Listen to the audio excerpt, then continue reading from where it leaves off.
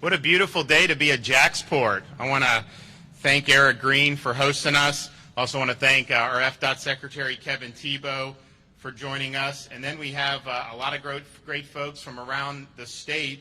We have Jonathan Daniels, who's the Port Director at Port Everglades. Paul Anderson, CEO of Port Tampa Bay. Many people around here know him well. Alex King, Port Director at Port of Panama City. And then, of course, we got a lot of great folks here with me today. As many of you know, we are facing major disruptions not only just in the United States, but beyond, but certainly in the United States, disruptions in the supply chain. You've seen the images of all these ships docked off the coasts of various cities in the United States where there's a big log jam. That, of course, is impacting what we see in terms of on our store shelves. We see more empty shelves than we're used to seeing, and there's shortages of different things. Of course, we're also seeing increased cost in terms of inflation. Year-over-year increase in food prices so far is the highest it's been in 10 years.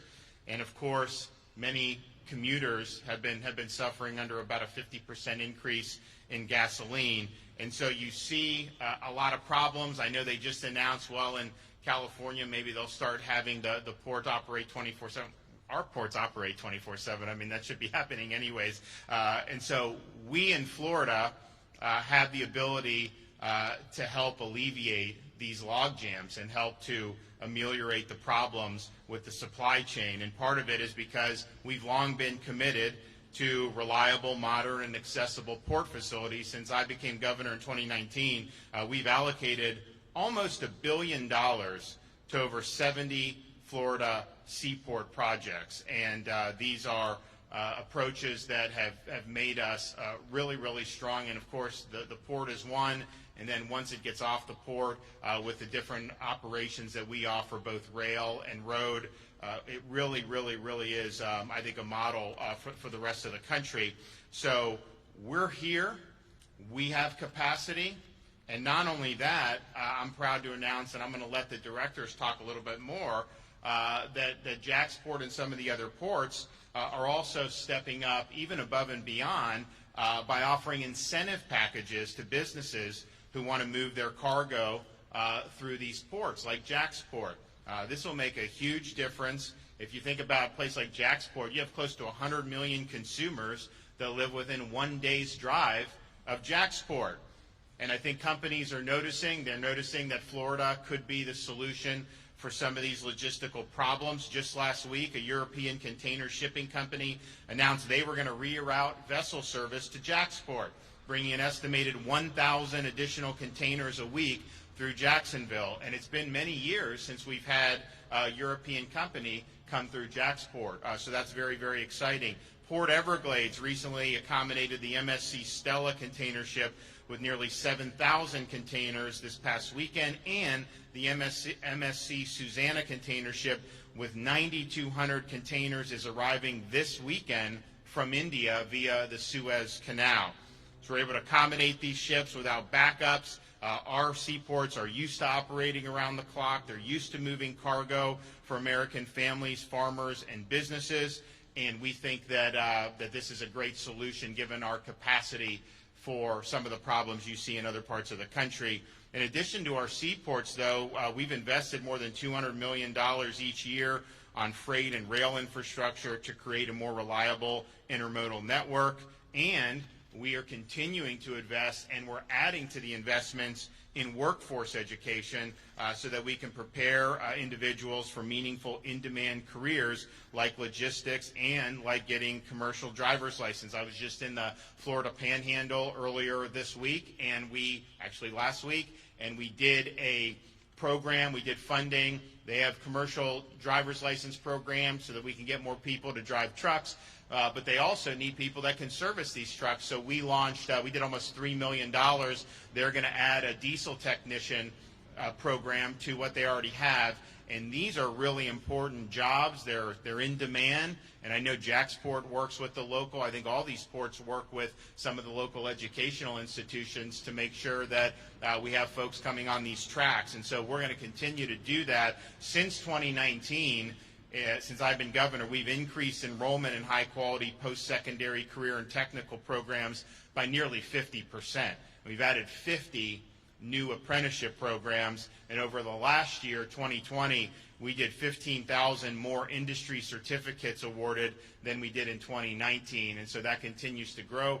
Part of it is because I think people see more and more that if you're certified, if you have the skills, particularly as you're talking about our ports, you talk about some of the logistics, they need people that have skills, and you're going to be able to do very well if you do it. So Florida's here. We want to make sure that Americans get the goods they need, particularly as we approach the Christmas season. I can only imagine if we don't ameliorate some of this by then. Last-minute shoppers like me, we're going to show up and not be able to get anything. We're not going to be able to get anything delivered. So that will cause a lot of heartburn. So I actually got to make a note that I got to do it a little earlier this year. But hopefully, with what we're doing here, more and more folks coming to our Florida ports, that will be able to help solve some of the problems that we're seeing. So I'm proud of what we've been able to do, and I'm really proud of these seaports that we have in the state of Florida. Really is some of the crown jewels that we have in our state, and we want to make sure that we're helping to address, because when you start talking about supply chain inflation, that's not something that's just going to affect a small segment. That hits very wide, hits very hard. And so Florida's here, we've got capacity, and we also have incentive packages to make it worth your while to be able to bring your business through our ports. So first one that's going to talk about some of what they're doing here and what they can offer businesses going forward is Eric Green, the CEO of JAXPORT. So Eric, want to come up?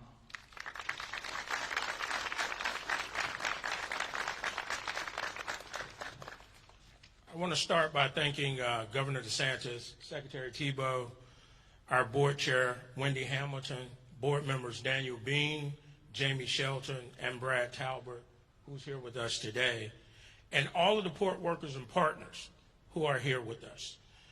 With your support, JAXPORT has maintained uninterrupted cargo service throughout the pandemic, keeping the supply chain moving and store shelves stocked for the people of our great state and throughout the nation. Standing here today, surrounded by so many important partners, I am proud to announce that fiscal year 2021, which we just completed at the end of September, was a historic year for JAXPORT. More than 1.4 million containers moved through our port over the past year, a new port record set in the middle of a pandemic. And we're not slowing down, not even close. As Florida's largest container port, we want the industry to know that Florida ports like JAXPORT are a solution to the nation's port congestion problem. The success of this year's holiday season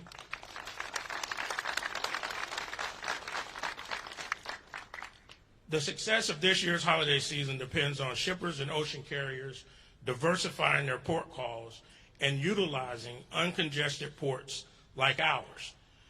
As we've seen this month with a major shipping line, as the governor mentioned, rerouting their European container service to JAXPORT to adapt to market's needs. Governor DeSantis, we share your message. We welcome all cargo vessels and suppliers to ship through Florida. The industry has taken notice of Florida's advantages, including our workforce and fast access to 100 million U.S. consumers. Right here, we are all gathered. $200 million in enhancements are underway to modernize the terminal. It's all funded through the support of our governor and elected officials, as well as our public-private partnership with SSA, one of the world's leading terminal operators.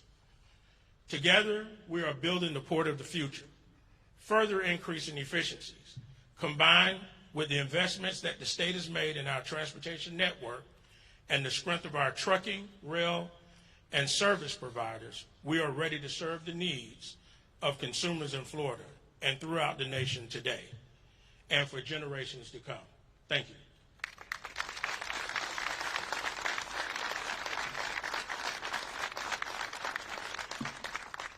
Well, thanks, Eric, and we're really excited about all the great stuff that's gone on with JAXPORT. Congratulations.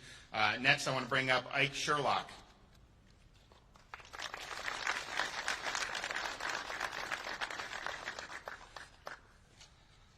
Governor DeSantis, Secretary Tebow, Mr. Green, distinguished guest, my name is Ike Sherlock. I'm the Chief Operating Officer for AGX Freight. And today, I proudly stand as a representative of the transportation and logistics workforce for the great state of Florida. Truckers, warehouse workers, brokers, and many more, all essential workers that are critical in the supply chain between the Florida ports and the consumer. The governor mentioned a very notable thing. From where we stand right now, almost 100 million consumers live within a one-day truck transit drive. Think about how perfectly positioned we are from a geographic standpoint to strike and strike quickly. Almost 100 million consumers. I would like to call out good communication and positive working relationships as they apply to our host venue, JAXPORT. JAXPORT has successfully leveraged relationships with our truckers and warehousemen to not only seamlessly handle record import numbers, but as a team on the export side, we have mobilized huge amounts of massive military deployments and huge human relief efforts. You can go from port to port all over the state, and you hear success story after success story of the private truckers working successfully with the ports.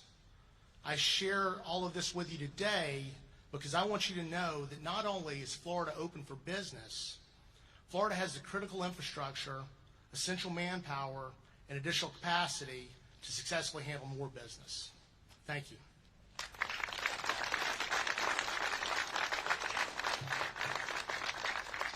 Okay, Mark Masaglia delivering remarks.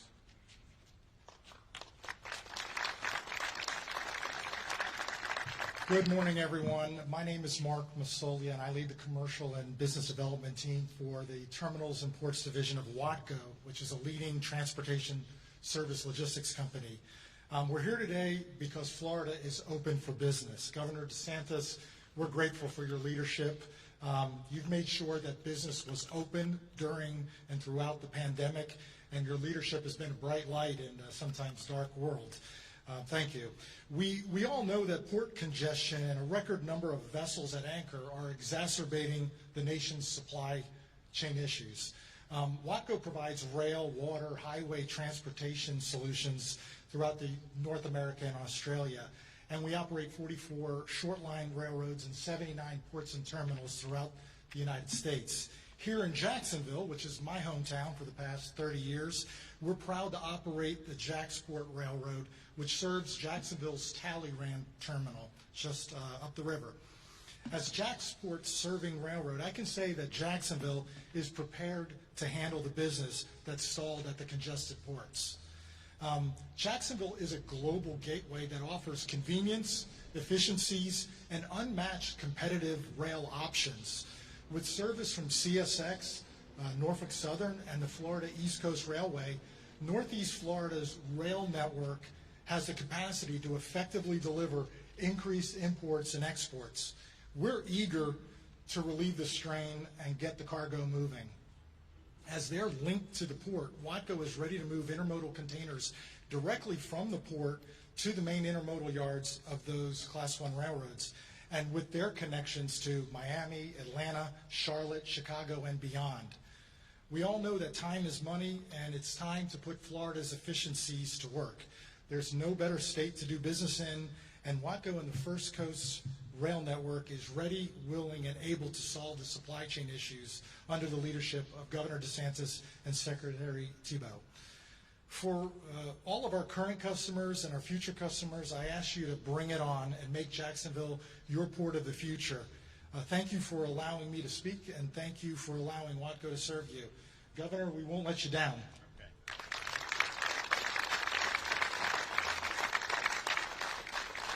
Okay, from Port of Tampa, Paul Anderson. Yeah, thank you, Governor DeSantis, Secretary Tebow. Thank you very much for the support that you've given to our ports. so that we can be here today to support your vision that you've said to the world, our nation, and our state. We're open for business. And so are our ports open for business, and not just 8 hours a day. We work round the clock.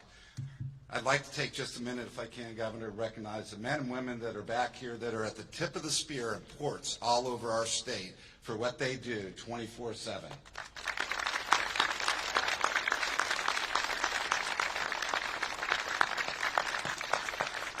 I'd also like to say, I see some old friends. Good to see you, Lake. It's great to be back in JAXPORT. Eric, thanks for hosting us. I'm here for one simple reason, is to ask for the shippers around the world, those that own cargo. I want your business. Eric wants your business from JAXPORT. Jonathan from Port Everglades, we want your business. Reroute your thinking. Reroute your cargo to come to Florida. We stand ready to offer you incentives that will make it ideal and cost savings so that these men and women in our ports can move your cargo to get to consumers so Governor DeSantis can late shop and still get what he needs. Thank you very much.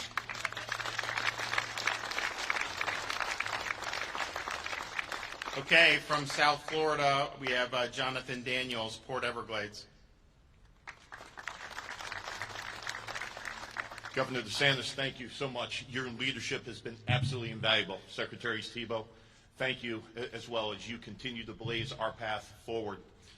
In a hyper-competitive environment that is ports of today, when you take competitors and make them collaborators, what happens in JAXPORT happens. Brand new services come to the state because we're looking at our state as a system. 15 ports strong, willing to take on any level of competition that's out there, allow the governor to make sure, as Paul said, that he can get his shopping done in plenty of time. But it also allows the consumers of the state of Florida and the majority of the United States to be able to see what efficiency looks like in ports and to look at an integrated transportation system that meshes ports, rail, highways, and air in a seamless transportation network that is the state of Florida's transportation system. Governor, thank you for your leadership. And again, has been said, we're there to be able to support you. We're there to be able to support the shippers, the carriers on a global basis. And as has been said many times, Florida is open for business 24/7. Governor, thank you.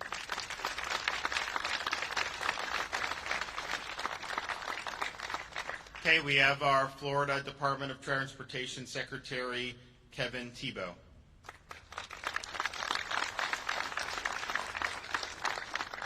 You're on notice. The First Lady is probably going to keep you on task here, so just no pressure or anything. But what a great day, as the governor said, to be here in Jacksonville and JAXPORT. And you've heard the commitments, right? You've heard that this governor and the department has made these commitments. But it's not only at the port side. It is at those intermodal connections, whether it be the highway mode or the railroad mode. We have made those commitments, and we'll continue to do so in the years ahead. So we are open for business, as you've heard. I like what Mark said. Let's bring it on. We're ready to go, and we can help whatever the freight needs are for the region. Thank you very much.